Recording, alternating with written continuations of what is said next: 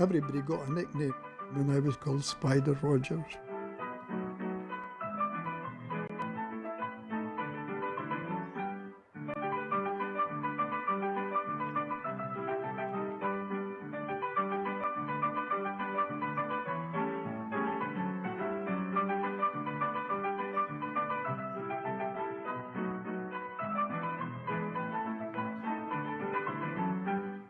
It's a habit from June, and it's called monomania.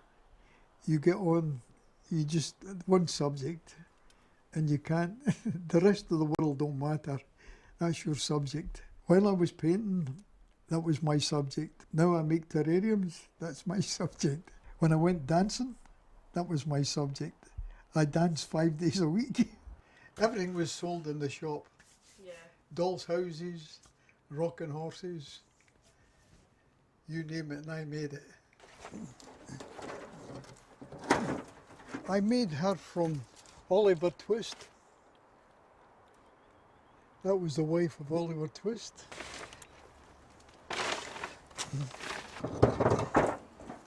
He came from Oliver Twist. I used to do Aborigines. But nobody liked Aborigines. I'm a social person. I love people, but the psychiatrist tells me I don't listen to people. I talk down to people. I tell them. He says, you're like a bloody teacher, you know. Lots of clowns. Huh? Lots of clowns. I am a clown. That was a sad clown and a happy clown. I just expected to walk into any place and say, ta-da, here I am. Accept me, here I am. And they used to, who the bloody hell are you? Go away. You've got to be accepted gradually, you know. I tell you how many brothers I had, 13. And I'd only 3 of them left alive when I came to this country in 1952 and forgot to go back home again. Oh, there've been a few people live here, lesbians and homosexuals and everything. The last man who lived here painted, he loved footballers, and I hate footballers. Who's that? Is that painting? And he wanted me, and he got me to paint one of his pictures of a footballer, and I hate footballers. Why? It's such a waste of bloody time. When I was a little boy, I was a Boy Scout, so I was a bugler. I knew how to bugle, so when I was in the band, they made me a bugler. That's blowing your trumpet. So I was a little boy bugler at 17 or 18. So I had my best mate, who was my soulmate. Have you ever had a soulmate in your life? Somebody who is your friend, your real friend.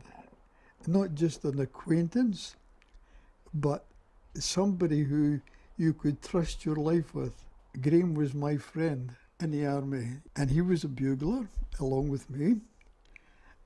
And I was 21, and it was my birthday, and I was on guard duty as a bugler. And I told Graham, my friend, I says, shit, I'm on guard duty and it's my birthday and I wanted to go to the old city and have a good time. So Graham says to me, well, I'll take your place. I'll do your guard duty and you can go to the old city and you can do my turn the next time. I said, yeah, okay. That was great. So he got dressed up to go on guard duty, do my guard duty for me, and I got dressed up to go to the old city. So as I was leaving, Graham was in the Notre Dame de Hospice. That was a French nunnery where we were all billeted.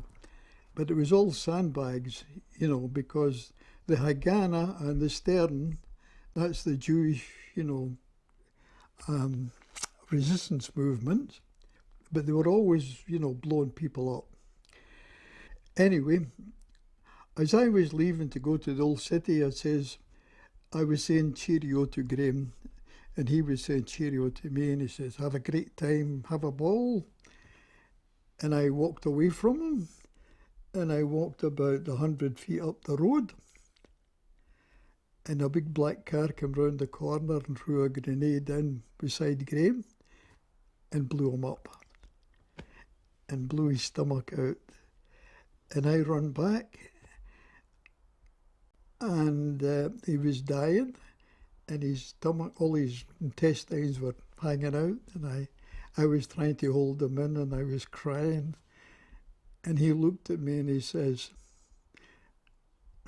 "No blame, Spider."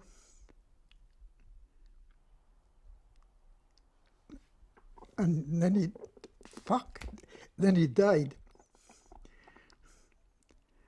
And that really upset me.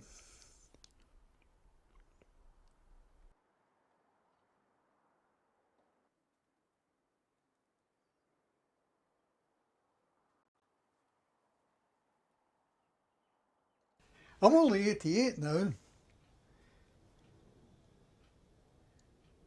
Still young. Still a wee boy.